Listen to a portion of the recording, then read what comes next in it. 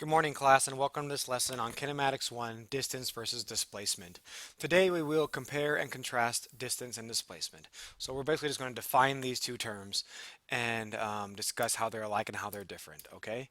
Because in physics, we're going to be a lot more concerned about displacement than we are about distance, and we need to have a very good understanding of what that means. So, distance. Distance. The distance between 2 points. So distance is the length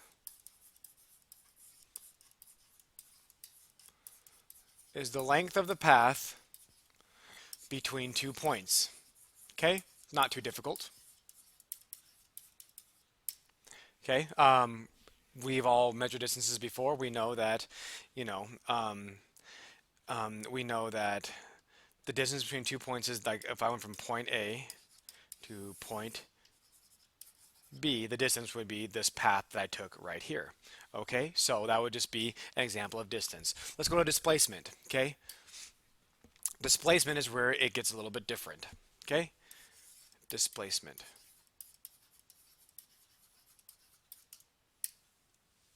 Displacement is a vector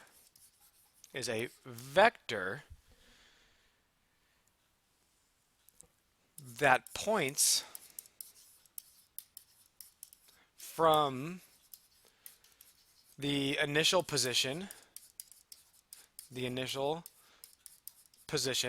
most of the time we call that like x naught, okay, initial position, to the final position, We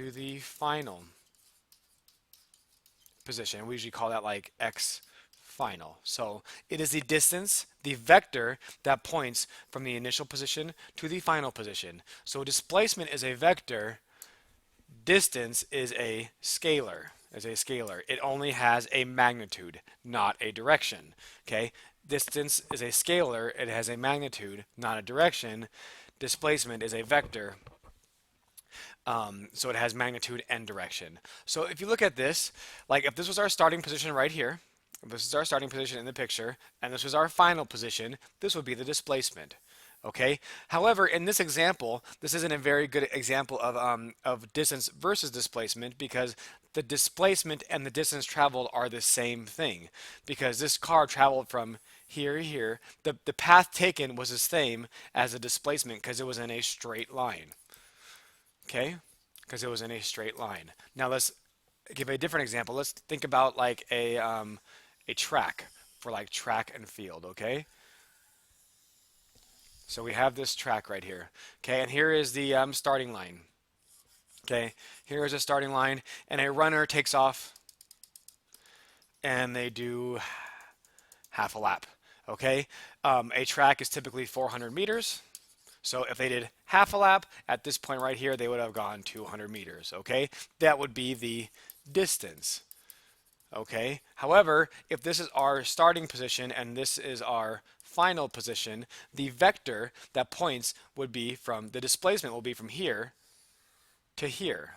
The vector would point from here to here. So the vector would only be the distance across the track, or about, I don't know, I'm just going to take a guess, about 70 meters or so, maybe 50 meters, somewhere in there. So displacement goes from initial position to final position. It does not matter the path in between.